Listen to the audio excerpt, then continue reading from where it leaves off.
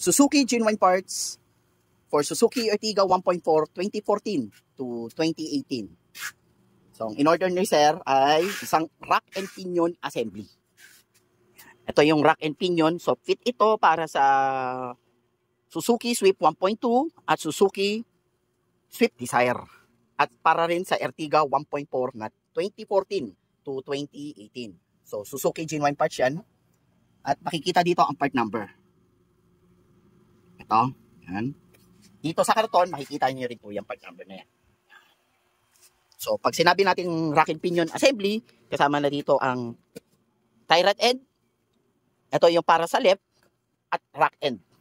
So, sa rack end, pwedeng magpalitan niya. Pwede sa left, pwede sa right. Pero yung tie rod end, iba yung para sa right at left. Ayan, makikita naman yan.